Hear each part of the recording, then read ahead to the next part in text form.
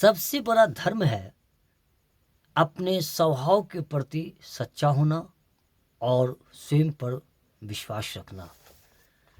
PS लाल ज्योतिष channel पर आप सबों का हृदय की गहराई से स्वागत है, अभिनंदन है। और आज की जो हमारी विशेष चर्चा करने जा रहा हूँ वो विशेषकर मेष राशि के जातक अप्रैल माह 2025 कैसा रहने वाला है, इस पर मैं चर्चा करूँगा। मेष राशि के जातक के जीवन से जुड़ी तमाम महत्वपूर्ण चर्चा अर्थात मासिक फल अप्रैल माह 2025 कैसा रहेगा, जानेंगे। जीवन के महत्वपूर्ण बिंदुओं को बिंदुवार चर्चा करूँगा और जानेंगे कि आपका व्यक्तित्व, आपका स्वास्थ्य, शिक्षा, संतान, प्रेम, प्यार, वैवाहिक जीवन, व्यापार, भाग्य एवं कैरियर इस कालखंड में कैसा रहने वाला है। आप बने रहेंगे हमारे साथ अंत तक, क्योंकि अंत में आपको बताएंगे महत्वपूर्ण उपाय। और ये जन्म के चंद्र राशि पर आधारित रहता है। गोचर के प्रभाव से कोई जीव बचता नहीं है। गोचर के परिवर्तन का प्रभाव जीव के जीवन में पड़ता ही पड़ता है।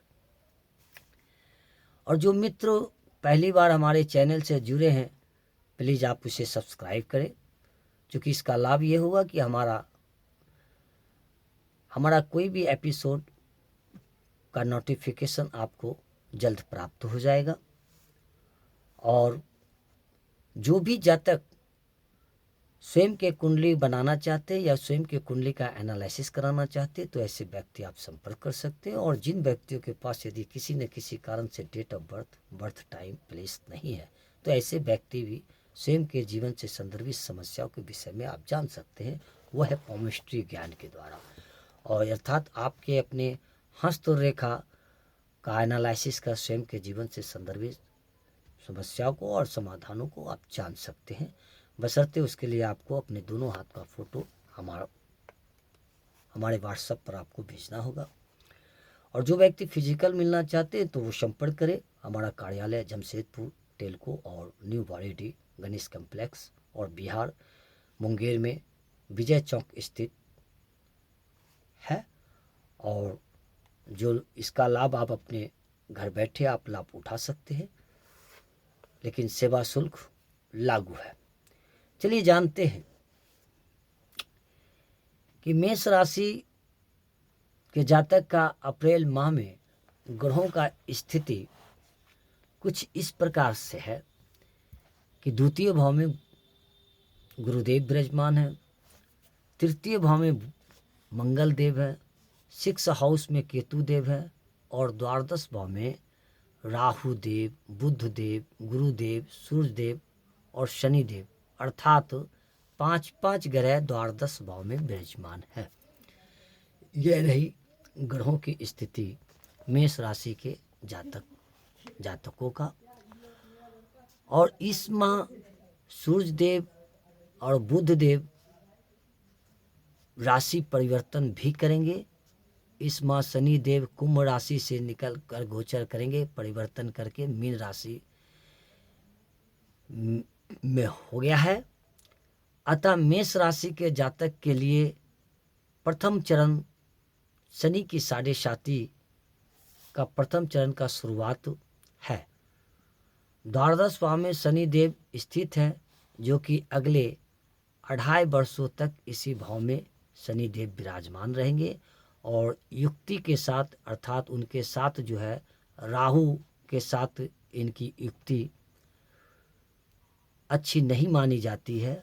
अर्थात इस माह अपने खर्चा पर, आय व्यय पर विशेष ध्यान देंगे। और इस माह अगर किसी प्रकार का कोई बड़ा डील करना चाहते हैं तो काफ़ी सोच समझ के करना चाहिए, क्योंकि इस माह जो है आप कोई बड़ा काम करेंगे, डीलिंग करेंगे तो निश्चय है कि फैक्चुलेशन आएगा। कुछ न कुछ ऑब्स्टेकल, परेशानी, बाधा का सामना करना ही करना पड़ेगा। तो प्लीज़ काफ़ी सोच समझकर आप वो डील को आगे बढ़ाएंगे। अब चलिए जानते हैं। और मैंने कहा था कि कुछ व्यक्तित्व का भी चर्चा करूँगा, तो अब थोड़ा इन व्यक्तित्व का चर्चा करता हूँ कि आपके अंदर ऐसा व्यक्ति जीवन में अपने नाम को भी कमाना चाहते हैं और संपूर्ण सुख सुविधा को प्राप्त कर मान सम्मान पद प्रतिष्ठा को प्राप्त करना चाहते हैं और जीवन में ये काफ़ी एग्रेसिव रहते हैं। तो इन्हें जीवन में एग्रेसिव से थोड़ा बचना चाहिए, क्रोध पर नियंत्रण रखना चाहिए और कुल मिलाकर और इनका ड्रीम जो है काफ़ी अच्छा होता है। लेकिन भूमि भवन के मामला में इनको थोड़ा विशेष सावधानों के कार्य करना चाहिए और क्योंकि वहाँ इनको काफ़ी थोड़ा संघर्ष का भी सामना करना पड़ता है और इनके ज़िंदगी में कुछ न कुछ हिमसेल्फ पीड़ा भी सहन करना पड़ता है। ये रही आपका व्यक्तित्व। अब जानते हैं कि आपका स्वास्थ्य कैसा रहेगा। तो जिसे मैं प्रथम भाव से देखता हूँ और यहाँ चूँकि मेष राशि है और इसके स्वामी मंगल देव बनते हैं जो कि तृतीय भाव में बैठे हैं। मंगल का गोचर कर्क राशि में विगत ये 4 तारीख को जाएंगे, लेकिन प्लस द्वादश भाव में शनि और सूर्य की युति जातक को स्वास्थ्य संदर्भी समस्या दे सकता है। अतः अपने खान पान पर विशेष ध्यान देंगे और यह माह यात्रा भी करनी पड़ सकती है। चूँकि राहु प्लस शनि देव की युति द्वादश भाव में रहेगी, राहु का गोचर परिवर्तन मई में होगा। तब तक आप स्वयं पर अर्थात स्वयं के स्वास्थ्य पर ध्यान रखें और कोई कारोबार भी करते हैं तो विशेष सावधान होकर कारोबार करें, चूँकि धोखाधड़ी आपके साथ किसी न किसी रूप से हो सकता है। अत्यधिक विश्वास में आप धोखा खा सकते हैं, हानि हो सकता है, इसलिए आप पूर्णतः सावधान होकर कोई भी निर्णय लें, किसी भी काम में आगे बढ़े। मंगल का 4 तारीख को गोचर में 4 तारीख को राशि में ये जाएंगे, क्योंकि ये नीच का है, अर्थात तो आपको आपके घर में विवाद होने की भी संभावनाएं इस कालखंड में दिखती है। इसलिए थोड़ा शांति बनाकर शांत दिमाग से निर्णय लेंगे। कहीं यदि इस दौरान नया घर लेने को आप सोच रहे हैं या आप रियल इस्टेट के कार्य व्यापार से यदि आप जुड़े हैं तो विशेष सोच समझकर कदम बढ़ाने की ज़रूरत है मित्रों, क्योंकि अन्यथा ये आपको नुकसान का सामना करना पड़ सकता है। अब चलिए बात करते हैं कि विद्यार्थियों के लिए, विद्यार्थी, संतान और प्रेम प्यार, तो इसके करीब में चर्चा करता हूँ। एट फर्स्ट विद्यार्थी, कि विद्यार्थियों के लिए ये इस कालखंड कैसा रहेगा। तो चूंकि इसे पंचम भाव से देखते हैं और जिसका स्वामी सिंह है, पंचम भाव के स्वामी सिंह है, जो कि द्वादश भाव में सूर्य देव द्वादश भाव में उपस्थित है एवं राहु एवं शनि के साथ स्थित है। सूर्य देव 14 अप्रैल को गोचर करेंगे, अर्थात प्रथम भाव में जाएंगे, अपनी उच्च राशि में सूर्य देव जाएंगे।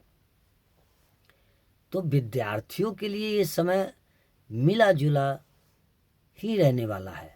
इस कालखंड में विद्यार्थियों को शिक्षा के प्रति, शिक्षा प्राप्ति में काफ़ी उथल पुथल का सामना करना पड़ेगा। मन जो है भयकांत रहेगा, चिंतित रहेगा। अध्ययन में कुछ न कुछ व्यवधान अवश्य होगा, इसलिए कि आप इस कालखंड में जो यदि अध्ययन करते हैं तो ये तमाम नेगेटिव परिस्थिति होने के बावजूद भी आप सकारात्मक होकर पूर्णतः फोकस बनाकर आप पढ़ें और डिटरमाइंड होकर पढ़ें कि विपरीत परिस्थिति में भी आप अपने वर्क के प्रति ईमानदार रहें, सही ढंग से आप स्टडी करें, तभी आपको इसका लाभ मिलेगा। वरना आपको पढ़ने वक्त किसी न किसी कारण जो है मन में भटकाव होगा, भयकांत होगा। अचानक कोई उसी वक्त जिस समय आप स्टडी करने बैठेंगे उसी वक्त कोई अन्य लोगों का कुछ काम आ जाएगा, मित्र आ जाएंगे, इन प्रकरण आपको डिस्टर्ब का सामना करना पड़ेगा। लेकिन आप माइंड सेट कर ले कि ये तमाम स्थिति भी अगर आता है तो उसका सामना करते हुए भी अपना ड्यूटी, अपना समय शिक्षा पर आप अवश्य दें, तो इसका लाभ आपको जीवन में अवश्य मिलेगा। चलिए संतान पक्ष की जानते हैं कि संतान पक्ष कैसा रहेगा। तो मिला जुला असर है, विशेष कोई चिंता की बात नहीं है। अब प्रेम प्यार ये भी एक जीवन का अंग है। तो जातक एवं जातक जो जीवन लव रिलेशन में जो लोग हैं, जो भी जातक है, उस पार्टनर के बीच में मिला जुला फल की प्राप्ति होगी। एक बात ध्यान रखेंगे कि आप दोनों के बीच विशेष सावधान रहने की जरूरत है और मधुर संबंध के प्रति विशेष झुकाव रखेंगे। चूंकि द्वादश भाव में शुक्र देव बकरी बनकर बैठे हैं, जो कि 13 अप्रैल को अपनी राशि परिवर्तन करेंगे। इस कालखंड में प्रेमी युगल के बीच किसी न किसी बात को लेकर वाद विवाद या टकराव की स्थिति को जन्म दे सकता है। तो आपको इससे बचना चाहिए। अगर ऐसी ग्रह गोचर के द्वारा अगर ये इंडिकेट हो रहा है कि दे सकता है, तो पहली सावधानियां तो यह है कि मानसिक रूप से सतर्क हो जाए और ऐसी गलती करने से बचे ताकि इस स्थिति का जन्म ही ना हो। लेकिन ग्रह है प्यारे, ग्रह का प्रभाव तो पड़ता ही पड़ता है।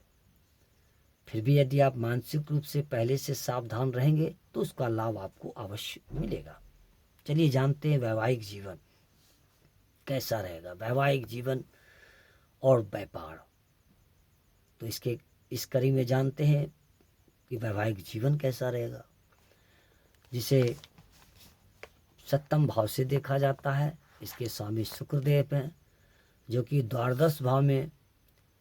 इसलिए वैवाहिक जीवन में 13 अप्रैल तक विशेष सावधान रहने की जरूरत है, क्योंकि आपसी विवाद, स्वास्थ्य बाधा और गृहस्थ में तनाव दे सकता है। इसलिए पूर्व से पति पत्नी आपस में सावधान रहेंगे। और इस कालखंड में अगर किसी प्रकार का शंका भी जन्म ले सकता है, चाहे पति को या पत्नी को, किसी एक पक्ष के शंका के कारण भी पति पत्नी के बीच झड़प हो सकता है, तनाव हो सकता है, व्यवहार में खटास आ सकता है। तो और इस दौरान किसी न किसी कारण से पति पत्नी के बीच भयकांत की भी स्थिति रहेगी।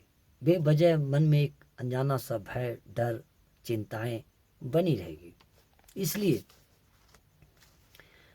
आप दोनों प्राणी को इस बात को पूर्व से ध्यान देने की जरूरत है और सावधान रहना। और यदि ऐसी कोई बात हो भी जाती है तो आपस में सॉरी बोलकर या अपनी गलती को स्वीकार कर आप वहाँ से निकल सकते हैं। अब जानते हैं व्यापार की स्थिति उत्तम बना है, क्योंकि शुक्रदेव को सहयोग अवश्य मिलेगा। और आगे जानते हैं भाग्य एवं कैरियर।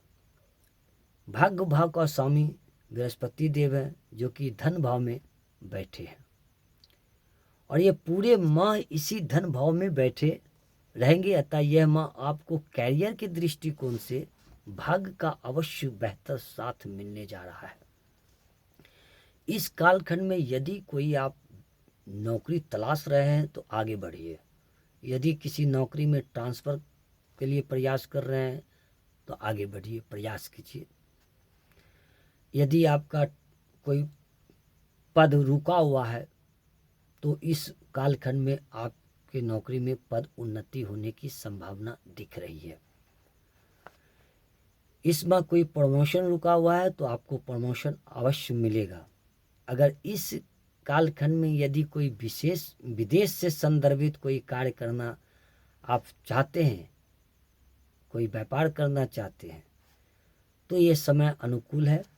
इस दौरान कहीं सरकारी नौकरी या ठेकेदारी से जुड़े अगर कोई काम करने के लिए आप विगत लंबे समय से इंतज़ार कर रहे थे, तो यह माह आपके लिए उत्तम ही नहीं अति उत्तम है। आप प्रयास कीजिए, आपको सफलता मिलने की संभावना दिखती है। क्या करना चाहिए? उपाय के दृष्टिकोण से अब क्या करना चाहिए? तो ध्यान रहे कि प्रतिदिन सूर्य उपासना, सूर्य देव को आप जल दीजिए और प्रतिदिन हनुमान चालीसा का पाठ करें। इससे जीवन आसान हो जाएगा। वीडियो देखने के लिए बहुत बहुत धन्यवाद।